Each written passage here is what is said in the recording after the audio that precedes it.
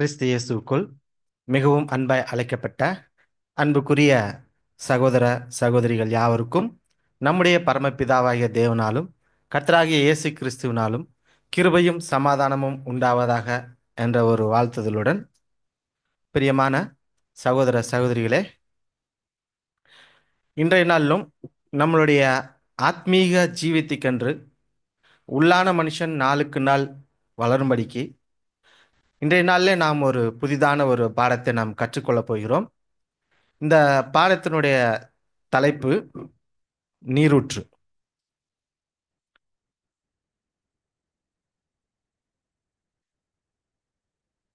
இந்த ஒரு பாடம் எதை சார்ந்து இருக்க போகுதுன்னா, நீரூற்று என்ற தலைப்பின் கீழே இருக்க போகுது.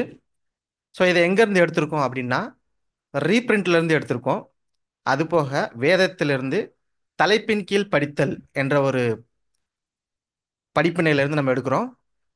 அதுபோக இந்த உலகத்தில் இருக்கக்கூடிய சில நிகழ்வுகளை வச்சு நாம் இதை ஆதாரமாக கொண்டு நம்ம இதை பார்க்க போகிறோம். இப்படித்தான் இந்த ஒரு பாடத்தை நாம் தொடரப் போகிறோம். இந்த ஒரு பாடத்தினுடைய தலைப்பு நீரூற்று. நீரூற்றுன்னா நமக்கு ஏற்கனவே தெரியும். இதை பார்க்கறதுக்கு முன்னாடி இதுக்கு நான் தலைப்பு ஏன் நீரூற்றுன்னு வச்சிருக்கேன் அப்படிங்கிறத நம்ம பார்த்துடலாம். இந்த நீரூற்றை ஊற்றுக்கண் அப்படி சொல்லலாம், நீரூற்றுன்னு சொல்லலாம், ஊற்று நீர் அல்லது ஊற்று தண்ணீர், இப்படி எப்படி வேணாலும் சொல்லிக்கலாம். நான் இதுக்கு பேர் வந்து நீரூற்று அப்படின்னு வச்சிருக்கேன். அடுத்து இந்த நீரூற்று எப்படி இருக்கும் அப்படின்னா, வேதத்தின் அடிப்படையில் தான் நம்ம இப்போ பார்க்க போகிறோம். நீரூற்று வேதத்தில் எதுக்கெல்லாம் அடையாளமாக இருக்குது அப்படிங்கிறத நம்ம பார்க்க போகிறோம். இது மகா பெரிய ஊற்றுக்கண்ணா இருக்கு. அதே சமயத்தில் வற்றாத நீரூற்று அல்லது ஜீவ ஊற்றாக இருக்கிறது. மூணாவது, வற்றக்கூடிய நீரூற்றா இருக்கு. இது தவிர வேற ஏதாவது இருக்கா அப்படின்னா ஒன்று இருக்கு. அதுதான் கசப்பான நீரூற்று. இப்போ கேள்வி என்னன்னா, மகா பெரிய நீரூற்று இருக்கான்னு கேட்டா ஓகே, பெரிய ஊற்றுக்கண், நிறைய தண்ணி வரக்கூடிய ஒரு ஊற்று, அதை வந்து மகா பெரிய ஊற்றுன்னு சொல்லிக்கலாம். வற்றக்கூடிய ஊற்று வந்து கொஞ்ச நாள் இருக்கும், பின்னாடி நாட்கள் அது வந்து மறைஞ்சு போயிடும். அதே மாதிரி வற்றாத நீரூற்றுங்கிறது எப்போவுமே வந்துக்கிட்டே இருக்கும், ஆனால் கொஞ்சம் மீடியமாக தான் இருக்கும். ஆனால் கசப்பான நீரூற்றை எங்கேயாவது கேள்விப்பட்டிருக்கீங்களா? இந்த நீரூற்றை எங்கேயாவது பார்த்துருக்கீங்களா அப்படின்னு ஒரு கேள்வி வச்சோம்னா, நான் பிறந்ததுலேருந்து, நான் இது வரைக்கும் கேள்விப்பட்டதுலேருந்து கசப்பான நீரூற்றை நான் கேள்விப்படல. ஒருவேளை கசப்பான நீரூற்று இருக்கக்கூடிய ஊற்று இருக்குமான்னா இருக்கலாம். ஆனால் கேள்வி என்னன்னா, நல்ல நீரூற்றுல கசப்பான நீரூற்று தண்ணீர் வருமா அப்படிங்கிறதான் கேள்வி. வர்றதுக்கு வாய்ப்பு இல்லை. அதுதான் நம்மளோட பதிலாக இருக்கும். ஆனால் வேதத்தின் அடிப்படையில் பார்க்கும்போது நல்ல தண்ணி வரக்கூடிய நீரூற்றுல கெட்ட தண்ணி வருமா வராதா அப்படின்னு நம்ம ஆராய்ந்து பார்க்க போகிறோம். அது எது நீரூற்று, எது நல்ல தண்ணி, எது கசப்பான தண்ணி அப்படிங்கிறத நம்ம இப்போ பார்க்க போகிறோம். அது எப்படி பார்க்கலாம்னா, இப்போ நம்ம பார்த்த அந்த 4 ஊற்றுகளையும் அதனுடைய அர்த்தத்தை நம்ம பார்க்க போகிறோம். மகா பெரிய நீரூற்றுன்னு சொன்னேன் இல்லையா?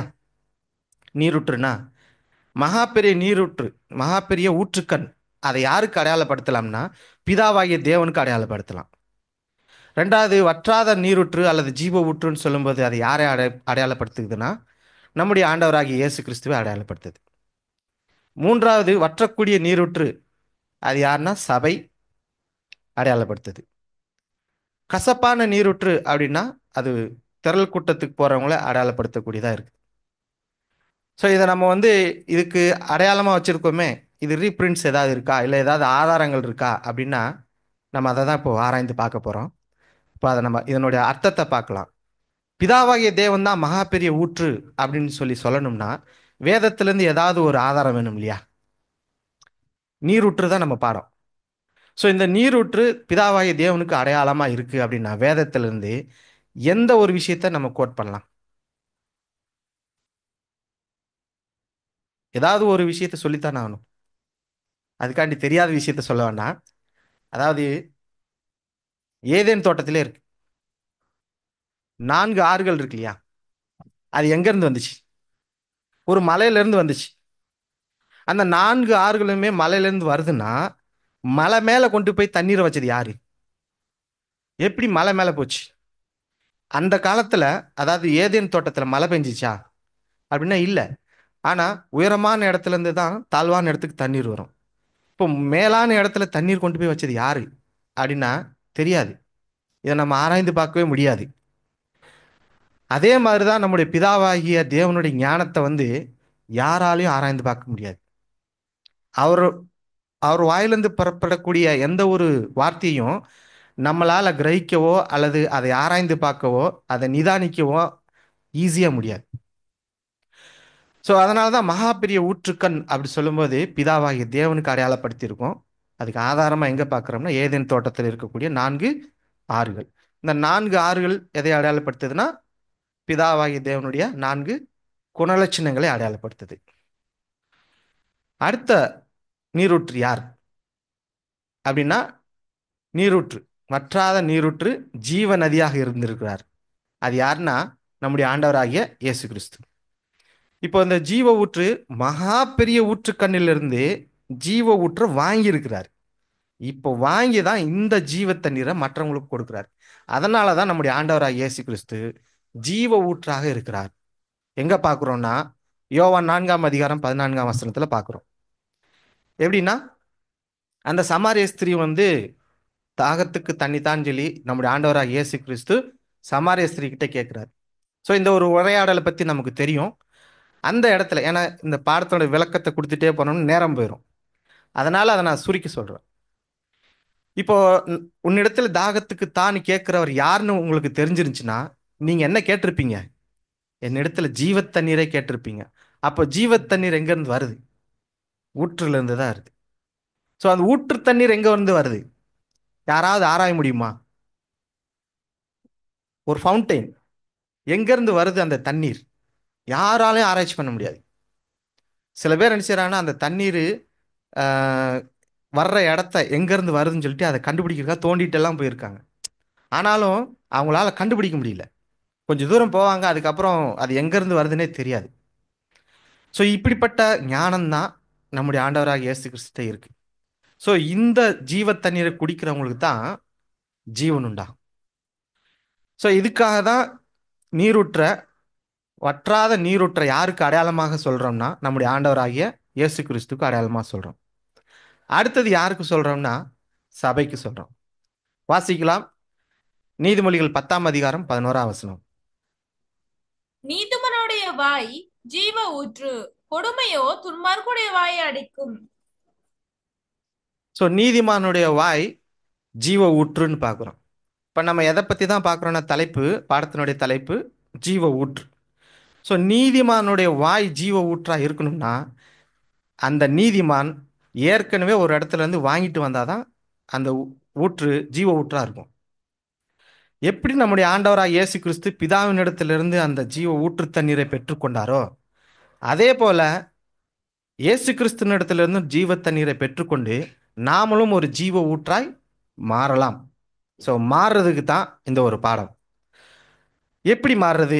ஒரு உதாரணத்துக்கு நம்ம பார்த்தோம்னா நீதிமொழிகள் 18ஆம் வசனத்தில் வாசிக்கும் போது 19 மற்றும் 20 வரை வாசிக்கலாம். அரணான பட்டணத்தை வசப்படுத்துவதை பார்க்கிலும் கோபம் கொண்ட சகோதரனை வசப்படுத்துவது அரிது. அவர்களுடைய விரோதங்கள் கோட்டை தாட்பாட்கள் போல் இருக்கும். அவனவன் வாயின் பலனால் அவனவன் வயிறு நிரம்பும். அவனவன் உதடுகளின் விளைவினால் அவனவன் திருப்தியாவான். மரணமும் ஜீவனும் மரணமும் ஜீவனும் நாவின் அதிகாரத்தில் இருக்கும். அதில் பிரியப்படுகிறவர்கள் அதன் கனியை புசிப்பார்கள். இந்த இடத்துல ஒரு சகோதரனை ஆதாயப்படுத்துற விஷயத்தை பத்தி சொல்லிட்டு இருக்கு. இப்போ சாதாரணமா ஒரு அன்பு காட்டி ஒரு சகோதரனை வசப்படுத்த முடியுமா அப்படின்னா முடியும். ஆனா அது எப்படி இருந்தாலும் பிராக்டிக்கலா நம்ம செஞ்சு காட்ட வேண்டியது இருக்கும். சகோதரன் இடத்துல காட்டக்கூடிய அன்பு நம்ம கிட்ட இருக்கு. ஆனா அதை கிரியையில தான் காண்பிக்க முடியும்.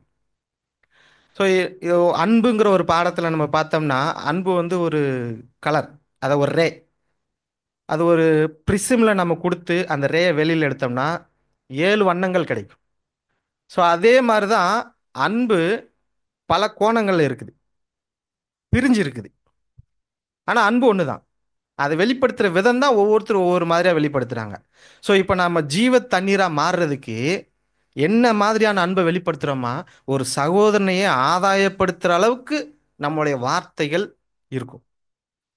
அதே மாதிரி தான் நம்முடைய மூத்த சகோதரர் ரசல் பிரதரோட வார்த்தைகள் பார்த்தீங்கன்னா ரொம்ப கனம் பொருந்தியதாக இருக்கும். அவர் எப்பவுமே அந்த லோக்கல் லாங்குவேஜில் அந்த வார்த்தையில் யூஸ் பண்ணதே கிடையாது.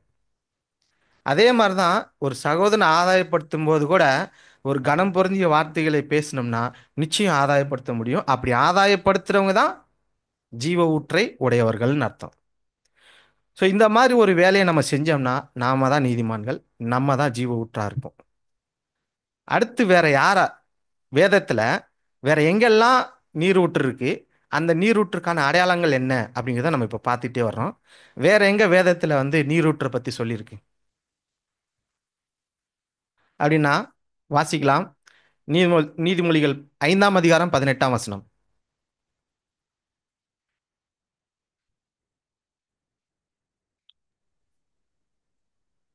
உன் உன் ஊற்றுக்கண் ஆசீர்வதிக்கப்படுவதாக, உன் இளவயதின் மனைவியோட மகிழ்ந்திரு. ஸோ இந்த இடத்துல சொல்லப்பட்ட ஊற்றுக்கண், உதாரணத்துக்கு நம்ம வேதத்திலிருந்து பார்க்குற அநேக ஊற்றுக்கண் இருக்கு. ஆனால் எல்லா ஊற்றுக்கண்ணுகளும் ஒரே மாதிரியான ஊற்றுக்கண் இல்லை. ஸோ சில ஊற்றுக்கண்கள் மட்டும்தான் நமக்கு ஆவிக்குரிய அர்த்தங்களை கொடுக்குது. அந்த ஊற்றுக்கண்களை தான் நம்ம இப்போ எடுத்திருக்கோம்.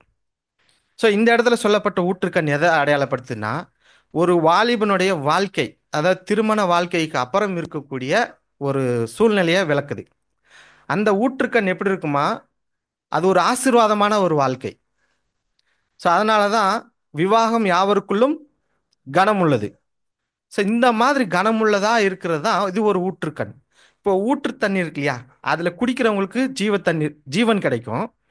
அதே மாதிரி அந்த ஊற்று இருக்கக்கூடிய இடத்துல ஜனங்கள் வந்து வசிப்பாங்க. இப்போ உதாரணத்துக்கு பழைய ஏற்பாடு காலத்துலலாம் நம்ம பார்க்குறோம், இஸ்ரேல் ஜனங்கள் எங்கே போயிட்டு இருந்தாங்கன்னா எகிப்திலேருந்து கானானை நோக்கி போயிட்டு இருக்காங்க. இப்படி போகும்போது எங்கெல்லாம் குடியிருந்திருக்காங்க அப்படின்னா பாளையத்தில் இறங்கியிருக்கிறாங்க. அப்புறம் ஒரு ஊர் வழியாக போவாங்க. ஆனால் எங்கே தங்கியிருப்பாங்கன்னா இந்த ஊற்றுக்கண் எங்கே இருக்குதோ அதுக்கு பக்கத்தில் தான் தங்கியிருப்பாங்க. பாளையமாகவும் இருக்கும், அதே சமயத்தில் ஊற்று இருக்கக்கூடியதாக இருக்கும். பாருங்க சகோதரர்களே, இந்த ஊற்று தண்ணீர் வந்து எங்கே தான் கிடைக்கும் அப்படின்னா மேக்சிமம் மலை அடிவாரத்தில் தான் இருக்கும். அங்கே தான் சுத்தமான தண்ணீர் இருக்கும், நல்லா அதிகமாகவும் கிடைக்கும். ஸோ இஸ்ரேல் ஜனங்கள் ஏறக்குறைய 6 லட்சம் 24 லட்சம் பேர் அந்த வனாந்தரத்தில் கடந்து போகும்போது அவங்களுக்கு எல்லாம் தண்ணி கொடுக்கறதுக்கு எங்கே போவாங்க? ஸோ தண்ணி குடிக்காமல் இருக்க முடியுமா?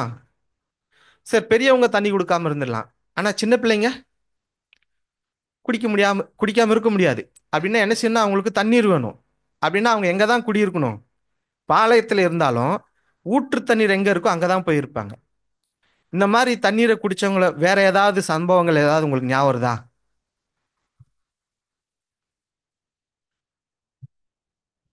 கிதியோனின் நூதன யுத்தத்தில் கூட அந்த போர் வீரர்களை வந்து செலக்ட் பண்ணுற விஷயத்தில் வந்து என்ன செய்வாங்கன்னா தண்ணீரை மோண்டு கொடுக்க சொல்லுவாங்க. அப்போ அந்த தண்ணீர் எங்கேருந்து வருது? ஓடையில தான் வருது. அந்த தண்ணீரே எங்கேருந்தா ஊற்றுலேருந்து வரக்கூடிய தண்ணீர் தான். ஸோ அந்த தண்ணீரை பருகிறவங்களுக்கு தான் அந்த செலெக்ஷன் நடக்கும். ஸோ இந்த மாதிரியான பழைய ஏற்பாடு காலத்தில் அநேக சம்பவங்களை நம்ம பார்க்கலாம். நீரூற்று எங்கெங்கெல்லாம் இருக்குது, ஏன் அந்த ஊற்று அண்டையில் போய் நம்ம குடியிருக்கிறோம் நாமனா இஸ்ரேல் ஜனங்கள். அதே மாதிரி தான் இன்றைக்கும் நம்ம ஒரு நீரூற்றா இருக்கணும் அப்படிங்கிறத இந்த ஒரு பாடம். ஸோ அது மட்டும் இல்லை, அங்க இந்த இடத்துல நம்ம பார்க்குறோம் இல்லையா, உன் ஊற்றுக்கண் ஆசீர்வதிக்கப்படுவதாக அப்படின்னா தன்னுடைய லைஃப் ஒரு நீரூற்று மாதிரி இருக்கும். இப்போ ஒரு வாலிபன் திருமணம் ஆகும்போது ஒரு தம்பதியர்களாக மாறுறாங்க, ஒரு சமுதாயத்தில் கனம் பொருந்தியவர்களாக மாறுறாங்க. அப்படி மாறினதுக்கு அப்புறம் அவங்களுடைய வாழ்க்கை அவங்களுக்கு மட்டும் இல்லை மற்றவங்களுக்கும் பிரயோஜனம் உள்ளவங்களா மாறணும். ஸோ ஆபிரகாமோட சந்ததியை எடுத்துக்கோங்க. ஆபிரகாம் அந்த திருமணத்துக்கு அப்புறம் அவங்களுடைய ஊற்றுக்கண் எப்படி இருக்குன்னா அவங்களுடைய பிள்ளைகள் வழியாக சந்ததி சந்ததியாக ஆசீர்வதிக்கப்படுறதை நம்ம பார்க்குறோம். ஸோ இது ஒரு ஃப்ளோ. நீரூற்றுனா ஒரு இடத்துல தொடங்கி அது கடைசி வரைக்கும் போயிட்டே இருக்கும். அதில் குடிக்கிற எல்லாருக்குமே பலன் உண்டு, ஜீவன் உண்டு. ஸோ இப்படித்தான் இந்த நீரூற்று இருக்கும். அது மாதிரி நம்மளுடைய லைஃப் இருக்கும் அப்படின்னு சொல்லி இந்த இடத்துல நம்ம பார்க்குறோம். வேற எங்க நீரூற்றை பார்க்கலாம் அப்படின்னா, சில உதாரணங்களை பார்த்துட்டு தான் நம்ம இந்த நீரூற்றை பற்றி பார்க்க போகிறோம். ஸோ அடுத்து எங்கே பார்க்கலான்னா, குஷ்டரோகம் அப்படின்னு ஒன்று இருக்கு. நியாயப்பிரமாணத்தின்படி ஒருவருக்கு குஷ்டரோகம் வந்துருச்சுன்னா அதை குணமாக்குற மெத்தேடு ஒன்று சொல்லி கொடுத்துருக்காங்க நம்முடைய ஆண்டவராகிய தேவன். ஸோ குஷ்டம் வந்துருச்சுன்னா அந்த குஷ்டத்தை நீங்கிறதுக்கு என்ன பண்ணலாம், அது ஒரு பிரமாணம். இந்த கட்டளை நிறைவேற்றணும். ஸோ குஷ்டரோகம் அப்படின்னு சொல்லி ஒரு பாடம் இருக்கு. அந்த பாடத்தில் இதற்கான விளக்கங்கள் எல்லாம் நம்ம அதிகமாக தெரிந்து கொள்ளலாம். ஆனால் இப்போ அதனுடைய சுருக்கம் நம்ம இதுலேருந்து என்ன பார்க்க போறோம்னா, இந்த இடத்துல நீரூற்றை எப்படி பயன்படுத்தியிருக்காங்க அப்படின்னு நம்ம பார்க்கலாம். வாசிக்கலாம். லேவியராகமம் 14ஆம் அதிகாரம் 6ஆம் வசனம். உயிருள்ள குருவிகளையும் கேதுரு கட்டையையும் சிவப்பு நூலையும் ஈசோப்பையும் எடுத்து இவைகளையும் உயிருள்ள குருவிகளையும் ஊற்று நீர் மேல் கொல்லப்பட்ட குருவியின் இரத்தத்திலே தோய்த்து. போதும். இப்போ பழைய ஏற்பாடு காலத்துல இஸ்ரேல் ஜனங்களுக்குள்ள ஒரு ஒரு குஷ்டரோகம் வந்துச்சுன்னு வச்சுக்கோங்க, என்ன நினைப்பாங்க? தீட்டுன்னு நினைப்பாங்க. அப்படின்னா குஷ்டரோகம் வந்தாலே அவன் ஒரு பாவி. ஸோ குஷ்டரோகம் எதற்கு அடையாளப்படுத்துதுன்னா ஒரு பாவத்துக்கு அடையாளப்படுத்துது. ஸோ அந்த பாவியான அந்த மனுஷன் குஷ்டரோகம் வந்துடுச்சுன்னா அவங்களை எங்க கொண்டு போய் வைப்பாங்கன்னா பாளையத்துக்கு புறம்பாக கொண்டு போய் வச்சிருவாங்க, உள்ள அனுமதிக்க மாட்டாங்க. ஸோ மறுபடியும் அவர் குணமானாதான் உள்ள வர முடியும். ஸோ அவர் குணமாயிட்டாரா இல்லையாங்கிறத செக் பண்றதுக்கு பிரதான ஆசாரியன் போய் அவருடைய குஷ்டம் குறைஞ்சிருக்குதா அப்படின்னு பார்ப்பார். ஒருவேளை குறைஞ்சிருச்சுன்னு வச்சுக்கோங்க, அவரை கூப்பிட்டு அதுக்கான சில பரிகாரங்கள் செய்வாங்க. என்னன்னா இங்க நம்ம வாசிச்சது மாதிரி ரெண்டு குருவி, ஒரு கேதுரு கட்டா, ஒரு சிவப்பு நூல், ஒரு ஈசோப், இதெல்லாம் கொண்டு யார்கிட்ட கொடுக்கணுமா? பிரதான ஆசான்கிட்ட கொடுக்கணும். இப்போ இது ஒரு ப்ராசஸ். இதை செஞ்சாதான் அவங்கள பாளையத்துக்குள்ள கூப்பிட்டு வர முடியும். இல்லைன்னா அவங்க பாளையத்துக்கு புறம்பாக தான் இருக்கணும், அவங்க குஷ்டரோகத்தோட தான் இருப்பாங்க.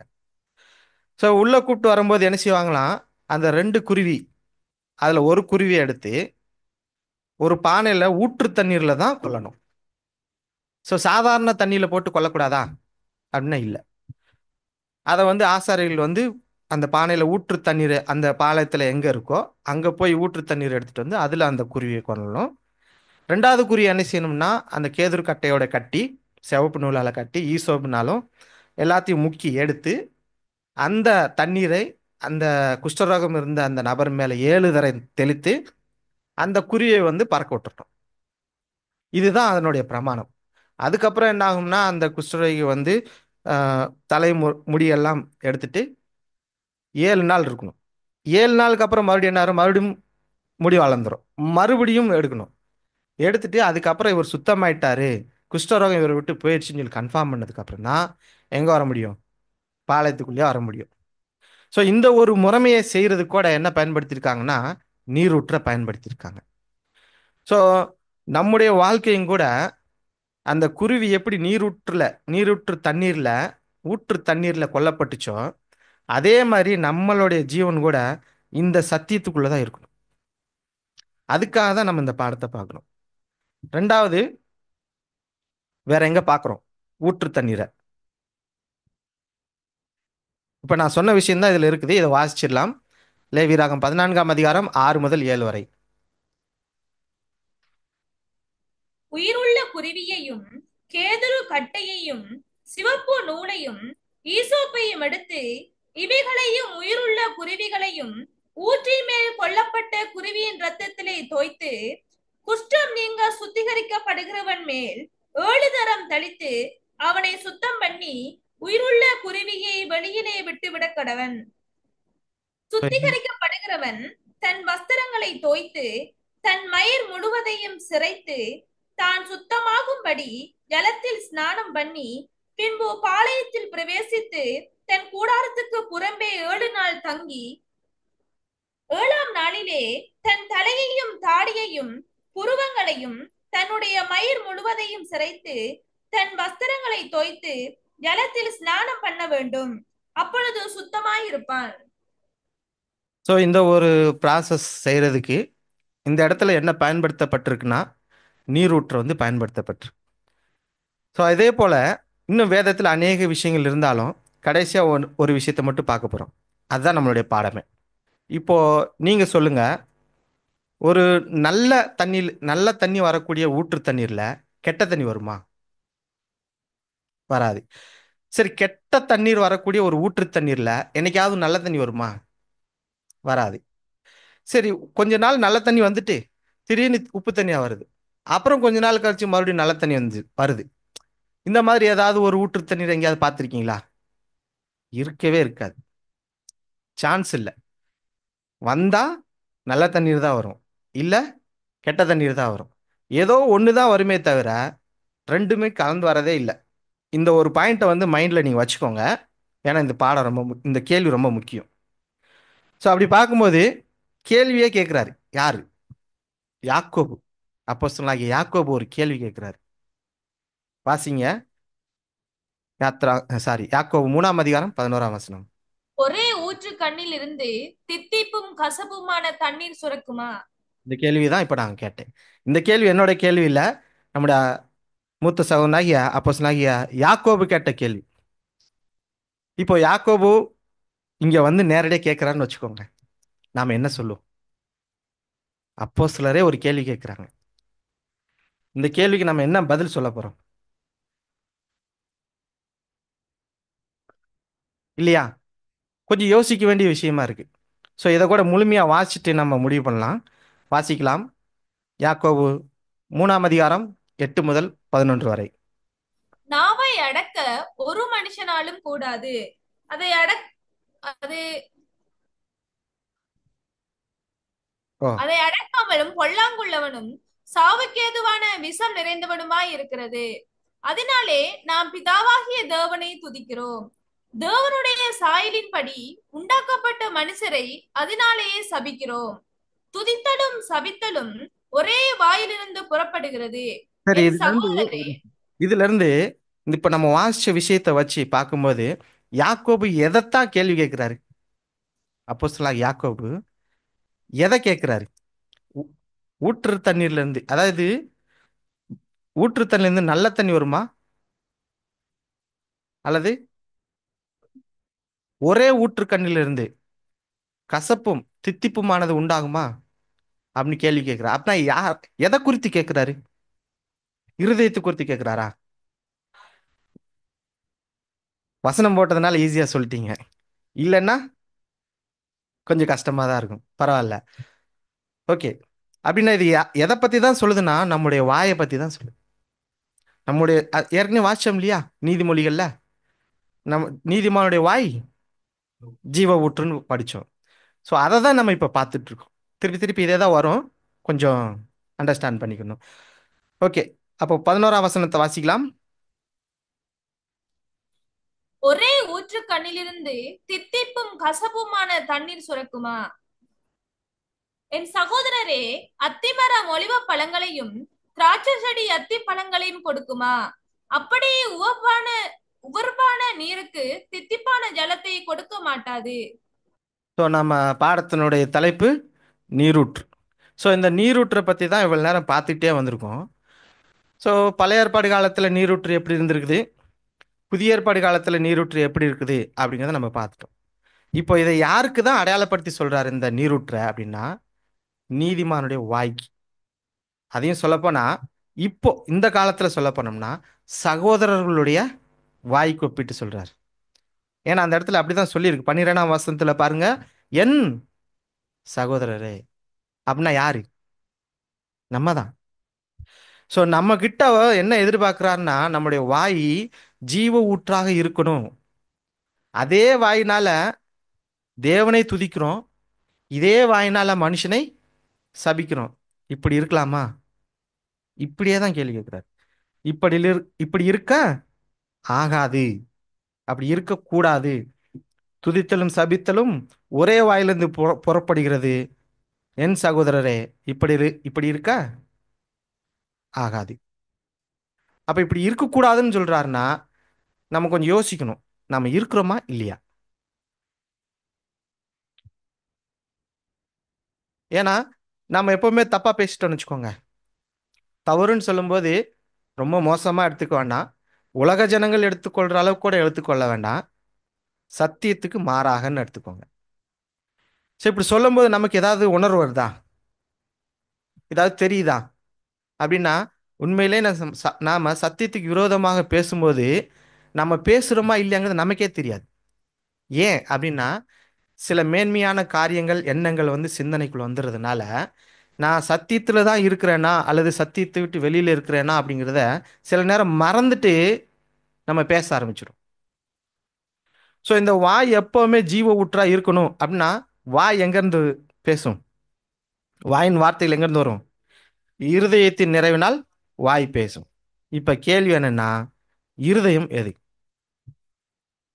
மைண்டு. ஸோ இருதயம் உடனே நம்ம சதையாகி அந்த இருதயத்தை பத்தி சொல்லல. இந்த இருதயத்துக்கெல்லாம் ஒன்றும் கிடையாது. இது பம்பிங் ஓன்லி, பிளட் பம்பிங் தான். ஸோ இந்த இடத்துல இருதயம் சொல்லும்போது என்னன்னா ஞானம் தான், நம்மளுடைய சிந்தை தான். ஸோ நம்ம சிந்தையில அநேக விஷயங்கள் இருக்கு. இருந்தாலும் ஒரு விஷயத்தை பத்தி விரும்புது பாத்தீங்களா? அந்த விரும்புற விஷயம்தான் இருதயம்.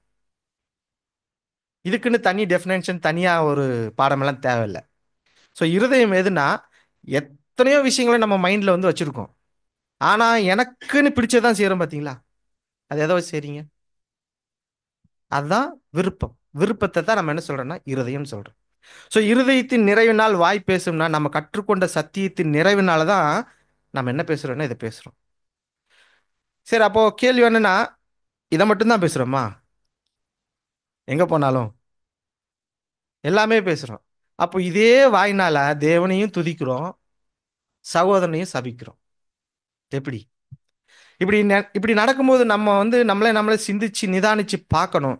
பார்க்கணும்னா நம்ம என்ன செய்யணும்னா, இங்க ஒரு கேள்வி கேட்கறதுக்கு முன்னாடி யாக்கோபு 12ஆம் வசனத்துல என்ன சொல்றாருன்னா ஒரு 3 உதாரணத்தை சொல்றாரு. என் சகோதரரே, அத்திமரம் ஒலிவ பழங்களையும் திராட்சை செடி வந்து அத்திப்பழங்களையும் கொடுக்க மாட்டாது. அப்படியே உவர்ப்பான நீரூற்றும் தித்திப்பான ஜலத்தை வந்து கொடுக்காது. இந்த 3 விஷயத்தை கம்பேர் பண்றாரு இல்லையா? கம்பேர் பண்ணிட்டு தான் என்ன சொல்றாருன்னா இந்த ஜீவ ஊற்றை பத்தி சொல்றாரு. கடைசியில் அந்த ஜீவ ஊற்று தான் யாரு? நம்முடைய வாய் அப்படின்னு சொல்றாரு. இந்த மெத்தட் சொல்லணும்னா இந்த ஒரு ஸ்டைல் இதுக்கு முன்னாடி யார்கிட்ட இருந்தோ கத்துட்டு வந்திருக்காரு. யாரு? யாக்கோபு. இதே மாதிரி தான் நம்முடைய ஆண்டவராக இயேசு கிறிஸ்து கூட ஒரு விஷயம் சொல்லணும்னா 3 விஷயத்தை கம்பேர் பண்ணி சொல்லுவார். பார்த்துருக்கீங்களா? அதே மாதிரி தான் அதே ஸ்டைலில் தான் நம்மளுடைய யாக்கோபு யூஸ் பண்ணியிருக்காரு. இன்னைக்கு நம்ம ஒரு சகோதரர்கிட்டயோ மற்றவங்கள்ட்ட யார்கிட்ட பேசும்போது ஒரு உதாரணம் கொடுக்குறோம்னு வச்சுக்கோங்க. என்ன மெத்தடை ஃபாலோ பண்றோம்? உலகத்திலேருந்து ஃபாலோ பண்றோமா? அல்லது சகோதரர்கிட்ட இருந்து கத்துக்கிட்ட சில விஷயங்களை வச்சு ஃபாலோ பண்றோமா? அல்லது உண்மையிலே நம்முடைய மூத்த சகோதரர், பரிசுத்த தூதர்கள் இவர்கள் மூலமாக நம்ம வந்து கற்றுக்கொண்டு அதை பேசுறோமா? ஸோ அதை நம்ம கவனிக்கணும். அப்போ இவர் ஒரு உதாரணம் கொடுத்துருக்காரு இல்லையா? அப்ப அந்த உதாரணத்துக்கு என்னதான் விளக்கம்? நீங்க பார்த்துருக்கீங்களா அத்தி மரத்தை? ஃபாரின் போனவங்க நிறைய பேர் பார்த்துருப்பாங்க. நான் பார்க்கல. ஒலிவ மரம் சில பேர் பார்த்துருக்கிறதுக்கு வாய்ப்பு இருக்கு. திராட்சை செடி சொல்லவே வேண்டாம், எல்லாருமே பார்த்துருக்காங்க. ஸோ இந்த 3க்கும் கம்பேர் பண்ணி சொல்றாங்கன்னா ஏதோ ஒரு ஒற்றுமை இருக்கு. இந்த பிக்சரை வச்சு நீங்க சொல்லிடலாம் என்ன ஒற்றுமை இருக்கு. இல்லைன்னா இந்த விஷயத்தை யாக்கோப் கோடிட்டு சொல்ல மாட்டார். பஞ்சுன்னா கன்னடமா? பழம், காய். ஆக்சுவலா இதுல இருக்கக்கூடிய பஞ்ச் இல்ல, அந்த ஒரு காய். பழம்னு கூட எடுத்துக்க முடியாது. ஓகே, பழம்னா ஃபுல்லா பழம். காயா இருக்கும்போது தான் 3மே ஒன்று போல இருக்கும். அதுல வித்தியாசமே தெரியாது. அங்க இருக்கிறது வந்து ஒன்று பச்சையா இருந்தாலும் இதுவும் பழமாகிறதுக்கு முன்னாடி பச்சையா தான் இருக்கும். எது? அத்தி மரம். ஒலிவ மரம் கூட பச்சையா தான் இருக்கும், அடுத்து தான் கலர் சேஞ்ச் ஆகும். அதே மாதிரி தான் கிரேப்ஸ் கூட ஃபர்ஸ்ட் பச்சையா தான் இருக்கும், அப்புறம் என்ன ஆகும்னா அது பழமா, அதாவது பிளாக் ரெட்டிஷ் இந்த மாதிரி கலரில் மாறிடும். ஆக மொத்தத்தில் அதை பார்க்கும்போது அது எல்லா பழங்களையும் கொண்டு வந்து, மரம் இல்லை இப்போ, பழம் மட்டும்தான் இருக்கு. 3 பழங்களையும் கொண்டு வந்து இப்போ வைக்கிறேன். எது எதுன்னு யாரால கண்டுபிடிக்க முடியுமான்னு கேட்டால் கண்டுபிடிக்க முடியாது. கிட்டத்தட்ட ஒன்று போல தான் இருக்கும். கரெக்டாக அதுலேயே பழகுனவங்களுக்கு மட்டும்தான் அதை கண்டுபிடிக்க தெரியும், அல்லது சாப்பிட்டு தான் பார்க்கணும். ஸோ இப்படி ஒரு வித்தியாசமே தெரியாமல் இருக்கும் இந்த மூணுக்கும். ஆனால் அத்தி மரம் வந்து எதுக்கு அடையாளம்னா, இஸ்ரேல் ஜனங்களுக்கு அடையாளம். அந்த பழம் வந்து ஒரு ஆரோக்கியத்துக்கு அடையாளம். ஒலிவ பழம் எண்ணெய்க்கு, அது விளக்கெறியதுக்காக பயன்படுத்துவோம். திராட்சை மகிழ்ச்சி, திராட்சை ரசம். ஸோ இதை வந்து விருந்துக்கு பயன்படுத்துவாங்க. இப்படி ஒவ்வொரு விஷயத்துக்கும் ஒவ்வொன்று பயன்படுத்துகிறாங்க. இதில் ஏதாவது கெட்டது இருக்கா? இது ஏதாவது கெட்டதை தருமா? தராது. ஆனால் இப்போ ஒரு முள்செடி இருக்கு. இதை வந்து ரசல் பிரதர் இந்த விஷயத்த சொல்லும்போது, ஒரு முட்செடி இருக்கு. அந்த முட்செடியில் வந்து அத்திப்பழத்தை வந்து ஒட்ட வச்சுட்டு, நான் தான் அத்தி மரம் அப்படின்னு சொல்லி அந்த செடி சொல்லிச்சுன்னா, பழம் ஒன்னா அது வந்து அத்தி பழமா இருக்கலாம். ஆனால் செடி என்னது? முள்செடி.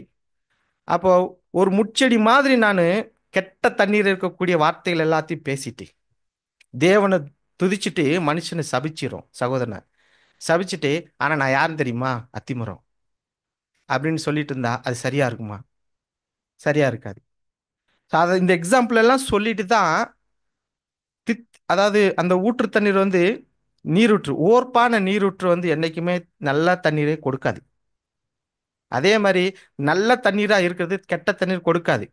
ஆனா இப்போ நம்ம கிட்ட ரெண்டுமே இருக்கு. இப்போ நாம யாரு? இப்போ நாம தான் யோசிக்கணும். இதைத்தான் நம்முடைய மூத்த சகோதரர் ரசல் பிரதர் வந்து ஒரு ரீபிரிண்ட்ல சொல்றாரு. இந்த ரீபிரிண்ட்டை தான் நாம இன்னும் ஒரு 15 நிமிஷம் பார்க்க போறோம். இது ஒரு ஒரு ஒரு பக்கம் இல்லை 1.5 பக்கம் தான் இருக்கும். ஸோ இந்த ரீபிரிண்ட் நம்பர் வந்து 2442. என்னோட தலைப்பை என்ன போட்டிருக்காருன்னா, யாக்கோபு சொன்ன அதே வசனத்தை தான் போட்டிருக்காரு. தேவனை துதித்தலும் மனுஷனை சபித்தலும். இந்த வசனத்தை கூட வாசிக்கலாம், ஏற்கனவே வாசிச்சுட்டு வந்த விஷயத்த. ஓகே. அப்படின்னா இந்த ரீபிரிண்ட்ல இருந்து என்ன சொல்றாரு நம்முடைய மூத்த சகோதரர்? இந்த நல்ல தண்ணீர் கெட்ட தண்ணீர் வரக்கூடிய ஊற்று தண்ணீரை பத்தி என்ன சொல்றாரு? இப்போ ஊற்று தண்ணீரை நம்ம எதற்கு கம்பேர் பண்ணிட்டோம்? நம்முடைய வாய்க்கு கம்பேர் பண்ணிட்டோம். யாருடைய வாய்னா? சகோதரர் சகோதரிகளுடைய வாய், அதாவது பலியின் ஜீவியத்தில் வாழ்ந்து கொண்டிருக்கிறவர்களுடைய வாய். ஸோ நம்முடைய வாய் எப்படி இருக்கணுங்கிறத நம்முடைய மூத்த சகோதரர் அப்போஸ்தலர் ப்ளஸ் பவுல், யாக்கோபு பவுல், இவங்க 2 பேருமே என்ன சொல்றாங்கங்கிறது தான் நம்முடைய மூத்த சகோதரர் எழுதியிருக்கிறார். இதை கம்பேர் பண்ணி தான் நம்ம இப்போ படிக்க போகிறோம். ஸோ இப்போ இந்த இடத்துல நல்ல தண்ணீர் வருது, கெட்ட தண்ணீர் வருதுன்னா என்னைக்காவது நம்ம யோசிக்கிறோமா?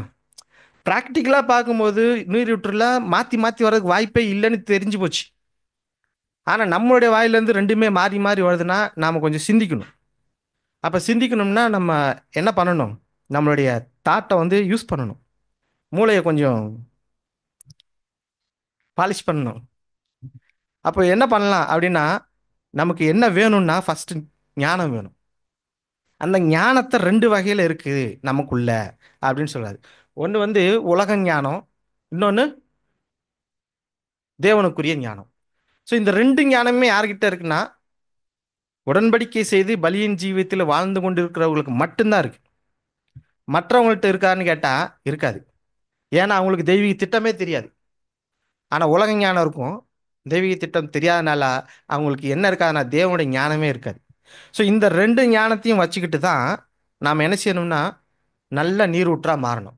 இப்போ நம்மக்கிட்ட இருக்கிற 2 ஞானத்தையும் நம்ம பேலன்ஸ் பண்ணுவோம். ரெண்டுமே பேலன்ஸாக இருக்கலாமா? உலக ஞானமும் தேவனுடைய ஞானமும் இருக்கக்கூடாது. அப்படின்னா எது அதிகமாக இருக்கணும்? அப்படியா இருக்கிறோம்? அப்போ தேவனுடைய ஞானம் எங்கே இருக்குது, எப்படி இருக்குது அப்படின்னு சொல்லிட்டு அதை நினச்சி பார்க்கவே நம்மளால முடியல. ஸோ இதுக்குத்தான் நம்முடைய மூத்த சகோதரர் வந்து ஆலோசனை கொடுக்குறாரு. நாம் வந்து எப்படி மாறணுமா, தேவனுடைய ஞானத்துக்கு ஈக்குவலா அல்லது அதுக்கு கீழே. அதுக்காண்டி தேவனை மாதிரின்னு சொல்லலை, அந்த அவர் நமக்கு என்ன ஸ்டைலில் நமக்கு போதிச்சிருக்காரோ அந்த போதனையில் நம்ம போகிறதுக்கான ஒரு வழி. ஸோ இந்த நிலைமை அடையணும்னா ஃபர்ஸ்ட் எப்படி இருப்போம்னா, தேவனுடைய ஞானம் கீழே இருக்கும், உலக ஞானம் மேலே இருக்கும். இப்போ இது படிப்படியா இறங்கி தேவனுடைய ஞானம் மேலே போகணும், உலக ஞானம் கீழே போகணும். ஒரு உதாரணத்துக்கு நம்மகிட்ட வந்து ரெண்டுமே இருக்கத்தான் செய்யும், இது என்னைக்குமே போகாது. ஆனாலும் எனக்கு உலக ஞானம் எவ்வளோ இருந்தாலும் சரி, அதை வந்து ஓரமா கீழே வச்சிருக்கணும். ஆனா இல்லாம இருக்கக்கூடாது. இல்லாம இருந்துட்டோம்னா நம்ம வந்து இந்த பூமியிலேயே வாழ முடியாது. நம்ம எப்படி இருக்கணும்னா, சொல்ல வேண்டாம், டேஷ் போட்டுக்கோங்க. உலக ஞானம் இல்லைன்னா எப்படி இருப்பாங்கன்னு பார்த்துக்கோங்க. ஸோ அந்த நிலைமைக்கு போயிடும். ஆனால் எல்லா ஞானத்தையும் வச்சுக்கிட்டு பயன்படுத்தாமல் வச்சுருப்போம். அவங்க நினைச்சாங்கன்னா எதை எதையோ சாதிக்கலாம், ஆனால் சாதிக்க மாட்டோம். ஆனால் அதெல்லாம் விட்டுட்டு அதுக்கு பதிலாக தேவனுடைய ஞானத்தை தான் அதிகமாக பயன்படுத்தும். இப்படித்தான் இந்த ஞானத்தை பயன்படுத்தணும் அப்படின்னு சொல்லி நம்முடைய மூத்த சகோதரர் சொல்லி கொடுக்குறாரு.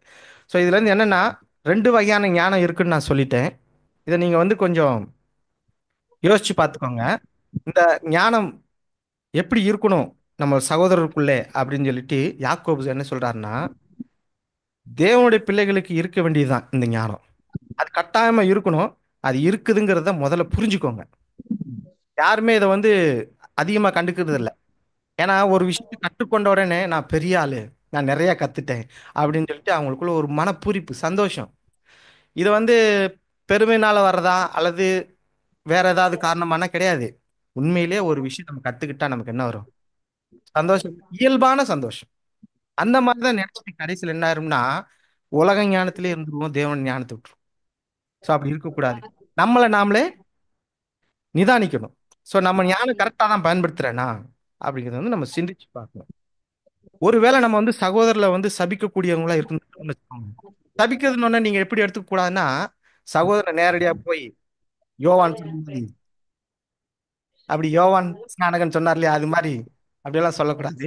அப்படியெல்லாம் சொல்லவும் இல்லை. சபிக்கிறதுனா தாழ்வா நினைக்கிறது.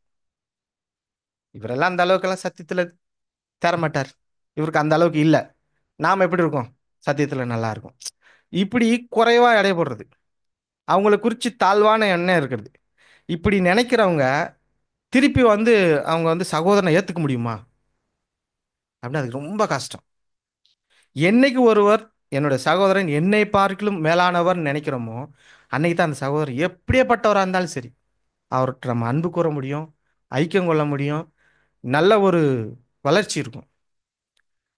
ஒருவேளை அ- அ- கெட்ட தண்ணீர் வர்றது மாதிரி இந்த ஊற்று, இந்த வாய் கெட்ட தண்ணீர் வர்றது மாதிரி சகோதரன் எல்லாத்தையும் பகைச்சிட்டு சத்தியத்தை வெறுத்துட்டு இந்த மாதிரியான, ஆனா என்ன செஞ்சுட்டு இருப்போமா, நான் வந்து எங்க இருக்கேன், பரிசுத்தமா வாழ்ந்துட்டு இருக்கேன் அப்படின்னு சொல்லிட்டு தனக்குள்ளே அந்த எண்ணம் இருக்குமே தவிர வெளியில தெரியாது. ஸோ இப்படி ஒரு வாழ்க்கை வாழும்போது திருப்பி அவங்க வந்து ரெக்கவரி ஆகுறது ரொம்ப கஷ்டம். பரவாயில்ல, அதையும் மீறி மாறிட்டாங்கன்னு வச்சுக்கோங்க. அவங்க எப்படி இருக்குன்னு சொல்றாருன்னா, மூத்த சகோதரர் நாய் கக்கினதை தின்னது மாதிரி இருக்குமா. அதனால வந்து ஒருத்தர் உண்மையிலே யோசிச்சு பாருங்க, ஒரு சகோதரன் வந்து நேரடியாக முகமுகமா எடுத்துட்டேன், இப்போ அந்த சகோதரன் தான் அன்பு கூறணும். எப்படி இப்போ அன்பு கூறுவோம்? அந்த ஒரு ஃபீலிங் வந்து இப்போ தெரியாது. ஒரு தடவை அது பழகி பார்த்தீங்கன்னா தெரியும். அப்படி அதுக்காண்டி பழக சொல்கிறேன்னா அப்படின்னா இல்லை, அந்த எக்ஸ்பீரியன்ஸே போதும் நமக்கு வந்து பழகுனது மாதிரி தான். ஸோ அந்த மாதிரி தான் இருக்கும். இதை குறித்து சொல்லும்போது நம்மளுடைய ரசல் பிரதர்ஸ் என்ன சொல்கிறாருன்னா, இந்த பிராக்கெட்டில் உள்ளது மட்டும் பாருங்க, வாசிக்கலாம். தங்களையே தங்களையே சபையாக கருதி கொள்ளுகிறவர்களும் உலக ஞானத்தின் படியிலான நோக்கங்களினால் தங்களை சபையோடு இணைத்துக் கொண்டவர்களும் தாங்கள் விரும்புகின்றதும் தங்களுக்கு சாதகமான தங்களுக்கு சாதகமான வேத வாக்கியங்களுடைய போதனைகளில் காணப்படுகிறதென அடையாளம் கண்டு கொள்ளுகிறவர்களுமான சிலர் சபையில் காணப்படுகிறார்கள் என்றே அப்போ சிலர் சுட்டி காட்டுகிறார். ஸோ இதை நம்முடைய மூத்த சகோதரர் என்ன சொல்கிறாருன்னு ஏதாவது புரியுதா உங்களுக்கு? ஸோ இதை வந்து என்ன பார்க்கணும்னா, முதல்ல இருந்தே பார்த்தோம்னா தெரிஞ்சிடும். ஸோ நமக்கு என்ன ஞானம் இருக்குது? உலக ஞானம் இருக்குது, தேவனுடைய ஞானமும் இருக்குது. இந்த ரெண்டு ஞானத்தை வச்சுக்கிட்டு தான் நான் வந்து ஜீவ ஊற்றா இருக்கனா அப்படின்னு டெஸ்ட் பண்ணிட்டே வரணும். அப்படி டெஸ்ட் பண்ணிட்டு வரும்போது உலக ஞானத்தை அதிகமாக வச்சிருக்கிறவங்க என்ன செய்வாங்கன்னா, தேவனுடைய ஞாபகம் இருக்கும். படிப்படியாக நான் என்ன சொன்னேன்னா அப்படியே ரிவர்ஸ் ஆகணும், ஆனால் ஆகலை, அது அப்படியே நின்றுச்சு. அப்படியே நின்றுச்சுன்னா என்ன ஆகும்னா, இவங்களை என்ன நினச்சிக்கிறாங்களா, தங்களை தாங்களே பரிசுத்தவான்களா நினச்சிருவாங்க. நாங்கள் தான் நீதிமான், எங்களை போல யார் இருக்காங்கங்கிறது மாதிரி தன்னைத்தானே வந்து சபை என்று கருதி கொள்வார்கள். அப்படி கருதும் போது என்ன செய்வாங்களாம், தனக்கு சாதகமான வசனங்கள், தனக்கு சாதகமான சூழ்நிலைகள், சகோதரர்கள் எப்படி இருந்தாலும் பரவாயில்ல, ஆனால் எனக்கு சாதகமாக மாறணும்னு சொல்லி சகோதரர்களையே மாற்றிடுவாங்களாம். எதனால் மாற்றுறாங்க அப்படின்னா, உலக ஞானம் அதிகமாக இருக்கிறதுனால தான். இப்படித்தான் நம்ம வந்து நல்ல தண்ணீராக மாறக்கூடிய ஒரு ஊற்றாக இருக்கணும்.